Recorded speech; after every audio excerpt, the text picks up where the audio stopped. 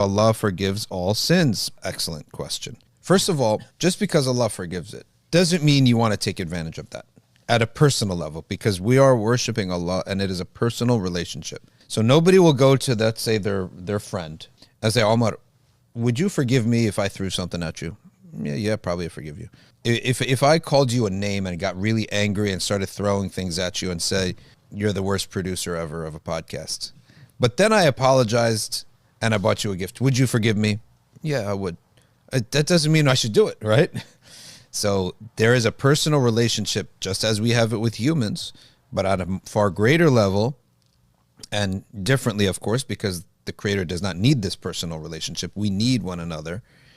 We both benefit. The Creator does not benefit from us. He may love us, but he does not benefit from us. But that transcendence of God aside, it's a personal relationship. So you don't just see where's God's red line and let me just go right up to that red line and abuse everything in this relationship. That's the first incentive. Don't you want Allah to love you and don't you want to be thankful? Like, doesn't it come from you? And there are some people who are selfish in nature. There are some people who they only call you when they need something from you. Do you want to be that kind of person? They only like you when times are good. Do you want to be that person? Does not Allah mention that in Surah Al-Fajr? When things are good, he says, Alhamdulillah, Allah bless me. When things are bad, oh, my Lord left me and he is now good.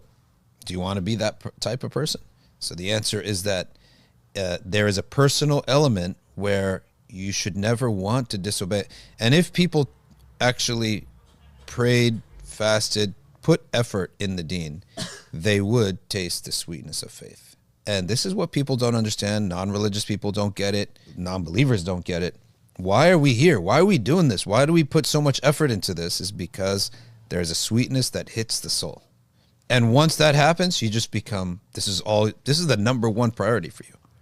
That's the number one reason you should not disobey your Creator. Before we ever get into, when am I going to be forgiven? How do I get forgiven? It's just, that's almost like a financial ledger perspective, which is true. There is a financial ledger perspective in our deeds, in our religion. And so we're not a company that says, all right, listen, look, I can take losses here, here, here, here. We could take all these losses. We can enjoy all these ski trips, company ski trips, because this client is going to give us a bonus at the end of the year. It's like going to Hajj or something, right? And that'll actually pay for all these business expenses. And we could go out on ski trips. We could take the company meeting out in Vail, Colorado, and we can enjoy ourselves because I know that this company is going to give us a signing bonus. It'll wipe away. That's not the perspective that you want to have. That's a perspective with physical things, not with the Creator, right? And that when I said that is a perspective, that's after the fact, not before the fact. So that's the answer to this question. Why should we care? What's the incentive? It's that we have a personal relationship with our Creator. And if you have that, a couple things will happen. You'll have a very good individual, private, religious life. When that happens, you have a limit on how much drama you're going to engage in argumentation, in anything. You're satisfied. You will have a limit on how much worldly pleasures you need. Because in yourself, you're satisfied. If you were to be put into a cell in jail for a few days, you could possibly handle it a lot better than everyone else because internally, in yourself, you're satisfied. And here's the beauty of it.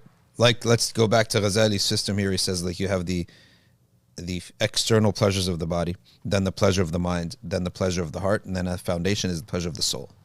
If the soul is satisfied and it has very little of everything else, that person will be a happy person. But if you have everything else, but your soul is a cavernous, dark hole with nothing good in it, then you will not be satisfied. And that's Hollywood. That's the people in Hollywood. I feel bad for them. They're sold a lie. If true spiritual happiness was by the outside, then there should be no therapists, no shrinks, no alcoholics, no drug addicts in Hollywood at all. And young people, when they make many things haram on themselves, and people say, what the heck is going on with this? You got the whole world in front of you. Why are you doing this? It's because there's a reaction. When I learned something was prohibited and I stopped doing it, there was a reaction deep in here. So what's the next question you're going to say? what else is haram, right? What else is haram?